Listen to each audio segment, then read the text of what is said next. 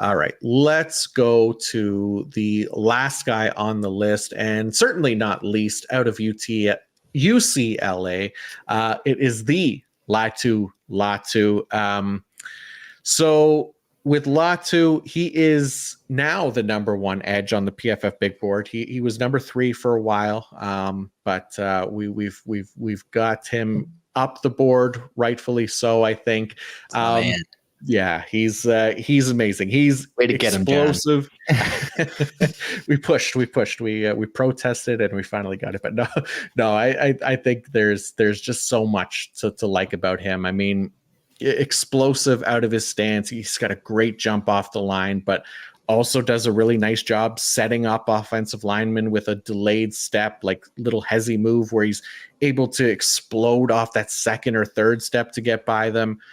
He just wins so quickly. Offensive linemen, again, they're barely off the line before he's already past them. Very similar to Chop Robinson in that way. And then you look at the quick pressure rate too, 14.7% for his career. That's 96th percentile. So just behind Chop Robinson there. But he loves that jump step outside move, and he's so good at it. He uses his hands as well as his quick feet to blow past the outside shoulder of these offensive tackles. He's got great bend. He's got tight turns around the edge.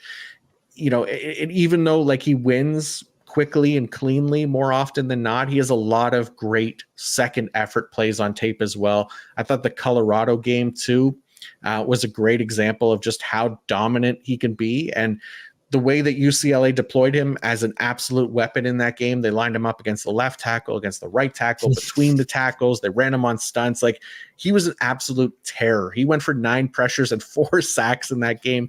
He was unreal. So yeah, if anybody hasn't watched Latu, I mean, watch the game against Colorado. It is an absolute masterpiece from him. So you just get like such a good sense of the athleticism from him when you watch his pass rush moves, especially on stunts. When he's looping to the middle of the line, he's just so fast, so smooth. Like, he even had 2 interceptions this year, which were just ridiculously impressive plays for an edge rusher, right? Like, one of them, he avoids the cut block and is still able to get up and pluck the ball out of the air. He almost took it to the house as well. And then he almost scored on his other interception as well, which was another one where he had to leap and grab the ball out of the air. And that was one where he dropped into coverage too. So he's super impressive. He really is, man. Like, I have him as a 98th percentile prospect for me since 2016, behind only Nick Bosa, Chase Young, Myles Garrett, Aiden Hutchinson, and right next to Will Anderson. Like, I know that's not factoring in, you know, kind of the injury concerns. So you can knock him down a few notches for that if you like. But even still, he is far and away, to me, at least the best edge in this class. And I think that's impossible to ignore.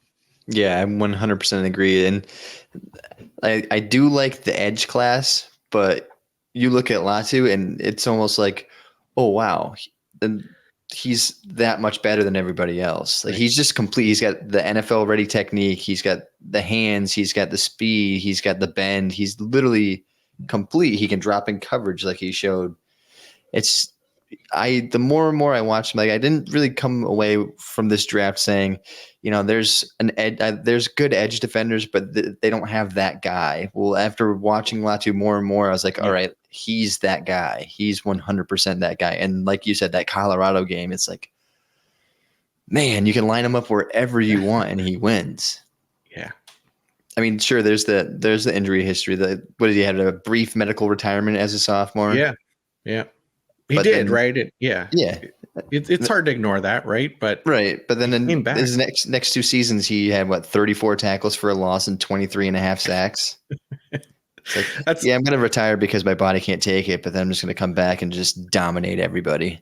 Dude, it's crazy, man. Like, he really did kind of put those injury concerns to rest a little bit here, where they're just not as much of a concern as they were with maybe somebody like a Jalen Phillips, also a former UCLA guy too, right? Who also retired for a short stint, but like, he's just so good. Like, and you know, run defense too, like that quickness off the line, it's a big help here in getting him into the position into the backfield to make the play on the ball carrier. Like, he does have some missed tackle issues, like doesn't always wrap up great. He had 12 missed tackles this past year, 11 the year before that, but the main thing is that he wins so fast at the line that, he has himself in position to make those plays, which are going to happen more often than not. So, I mean, like even you said, if he's not making the play, he's at least being disruptive. It's always changing the plan of the play. It's like he's just there, and you can't just run through somebody every single time. Even if he's not making the tackle, he's disrupting the play. Yeah, absolutely. And we talked about it with Jared Verse as well, right? Like that aggressiveness as a run defender. The same thing with Myles Garrett, like these guys that are willing to bet on their talent to just win at the line of scrimmage and then figure out the rest later, right? Because they know that there's these big plays to be had there from those wins. So get the same sense from him that in his play style, that's how he plays the run. And you mentioned it. I mean, as far as pass rushers in this year's class, like he is the most refined pass rusher of the class. He is the best pass rush repertoire of the group. He's as strong a run defender as well. Like, so you can see him taking on a nice volume heavy role in the NFL. Mm-hmm. And like I said, he just reminds me a lot of Jalen Phillips coming out, who, a lot of the same reasons that I loved Phillips so much are there with Latu. And then you get some of the injury concerns with Latu, like we said as well. But back-to-back healthy seasons here with UCLA, where Phillips only had the 1 year back with Miami before declaring for the draft, right? So, you can factor in that he's a bit older as well. He's 23 years old, but he's also a lot more NFL ready because of it. I think he has the best shot to be productive right out of the gate and be an impact player, where some of these guys might just take some more time. And I think when approaching rookie drafts, that's how you have to think of these guys. Like, yes, he's 2 years older than a Dallas Turner, but he's at least 2 years ahead as far as development, and it shows in a big way. So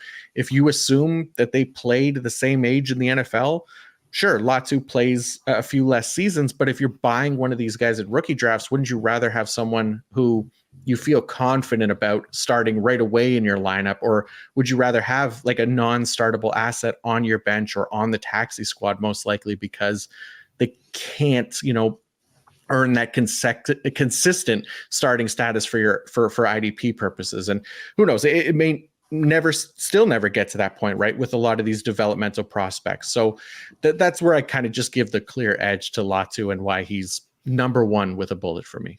And when it comes to fantasy football and edge defenders, honestly, if the guy's coming in an extra year or two older, it really doesn't affect where I'm going to draft him, because let's face it, you have a guy for 5-6 years in Dynasty, that'll put him at 28, 29 years old. He's still close to the tail end of his prime. So how often do you have somebody on your fantasy roster more than 5-6 years? It's true, man. It's exactly the way you have to look at it, right? Like you look really, for dynasty purposes, a lot of the time I'm looking just at guys in like a 2 to 3 year window, 4 at the max, right? So what are they going to do in that window, in that span? Are they going to be productive for me? And I have full confidence in Latu over anybody else over in this class that he can be the most productive one. And look, obviously, landing spot and usage is going to play a big part in that. And if a team that drafts him already has 2 starting edge defenders on their roster, then it's going to be harder for him to crack the lineup. But if he's going somewhere like in Atlanta and Dallas Turner ends up somewhere like a Chicago, like these guys both have opportunities there, I'm going to bet much more heavily on Latu to be the productive guy of the bunch. So yeah, I'm clearly excited about Latu, and I'm excited that you are excited with me. Yes. It was nice talking to you earlier before, like what was it, like a month ago when we first started talking this, and we both talked about our number one was. I was like, man, that's because everything that I had seen up until that point, like everybody had Dallas Turner as edge one. And look, I mean, I get it, right? Like I get the long-term upside there and the athletic ability and everything like that. But I mean, just as far as like the best pass rushers right now in this draft who are already very, very good and you feel comfortable drafting and being able to start in the NFL, like I think Latu is head and shoulders above the rest there. So yeah, nice to see people coming around on that. Yeah, it's something to be said. Like you watch a lot of these guys, a lot of edge rushers now, you see them super athletic, right? Yeah. But when you see a guy who has the athleticism and then he throws in refined technique, then you're like, oh my gosh, that's the guy. That's the one. And that's where you're at with Latu in comparison to the rest of these guys. He's got the refined technique. He's got an NFL ready package and the athleticism.